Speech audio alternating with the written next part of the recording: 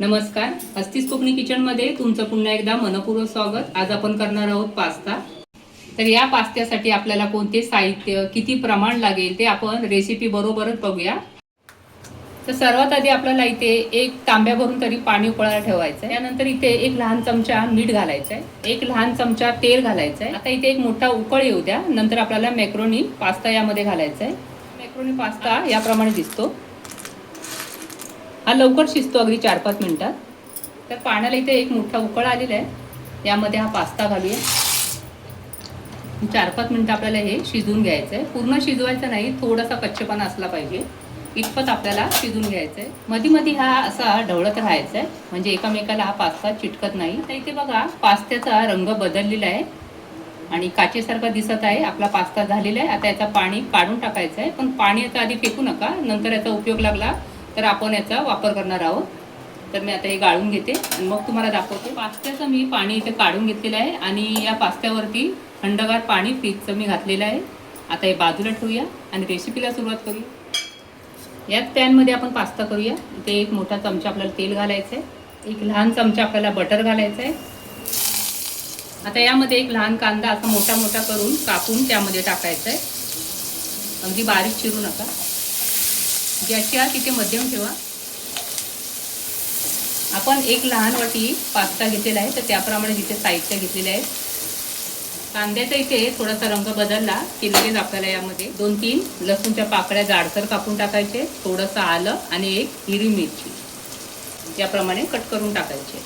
तर आलं, लसूण आणि मिरची छान अशी तेलामध्ये भाजली गेली आहे। आता यामध्ये आपल्याला टोमॅटो घालायचं आहे। तर इथे मोठा मोठा मी टोमॅटो असा कापून टाकलेला आहे, मिरची थोडीशी जाडसर अशी कापून टाकली। इथे शिमला मिरची घेतलेली आहे, तुम्हाला हवं असेल तर यामध्ये गाजर घेतली थोडीशी तरी चालेल। तर यामध्ये आपल्याला काश्मीरी मिरची पावडर 1 चमचा घालायचे, इथे लहान चमचा मी घेतलेला आहे। याने पास्त्याला रंग छान येतो, यासाठी आपण यामध्ये घालत आहोत। आता इथे चवीनुसार मीठ घालायचं आहे, तर किंचितचं मीठ घाला, कारण पास्त्यामध्ये देखील घातलेलं आहे आणि पुढे काही आपण साहित्य घालणार आहोत त्यामध्ये सुद्धा मीठ असणार आहे। आता गॅसची आग लहान करून आपल्याला हे टोमॅटो आणि मिरची शिजवून घ्यायची। तर यावरती ठेवूया झाकण।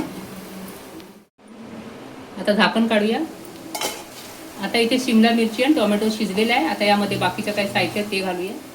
तर यामध्ये मी पाव चमचा ओरेगॅनो घालत आहे, पाव चमचा चिली फ्लेक्स, अगदी चिमूटभर काली मिरची पावडर, एक मोठा चमचा टोमॅटो सॉस घालत आहे,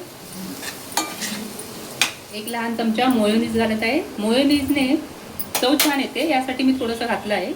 तुम्हाला हवं असेल तर यामध्ये तुम्ही चीज थोडंसं घातलं तरी चालेल, नसेल तर काहीही नाही घातलं तर चालेल, पण याने चव छान येते, यासाठी नक्की घालून बघा। आता इथे पास्त्यावर एक पॅकेट आलेलं ते मी यामध्ये घालत आहे, पूर्ण पॅकेट यामध्ये टाकलेलं आहे। आता इथे गॅसची आग मध्यम करून आपल्याला सर्व साहित्य परतवून घ्यायचे। आता यामध्ये आपल्याला पास्त्याचं जे पाणी आहे थोडंसं ते घालायचं आहे। तर इथे मी 2 मोठे चमचे पाणी घातलेलं आहे। आता यामध्ये हा शिजवलेला पास्ता घालूया आणि परतवून घेऊया, चांगला एकजीव करून घ्यायचा आहे। इथे आपल्याला परत थोडंसं पाणी लागणार आहे, तेव्हा पास्त्याचं मी 1-2 चमचे परत एकदा पाणी घालत आहे। तर इथे छान मी एकजीव करून घेतला, तर यावरती ठेवायचं झाकण, गॅसची आग करायची कमी आणि चांगलं 2-3 मिनिटं तरी शिजवून घ्या। 2-3 मिनिटं झालेली आहे, झाकण काढूया आणि यामध्ये शेजवान सॉस घालूया, म्हणजे शेजवान चटणी जी असते ती घालायची, 1 मोठा चमचा, थोडंसं परतून घ्यायचं आहे। तुम्हाला हवं असेल तर यामध्ये कोथिंबीर थोडीशी घातली तरी चालेल, मी नाही घालत आहे। यावरती परत एकदा 1 मिनिटासाठी झाकण ठेवायचं आहे, गॅस बंद करायचा आहे।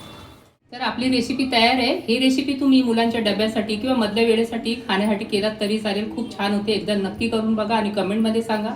व्हिडिओ आवडला असेल तर लाईक करा, शेअर करा, नवीन असाल तर सबस्क्राईब करा। परत भेटूया अशाच एका मस्त रेसिपी बरोबर, तोपर्यंत विश्रांती घेऊया। धन्यवाद।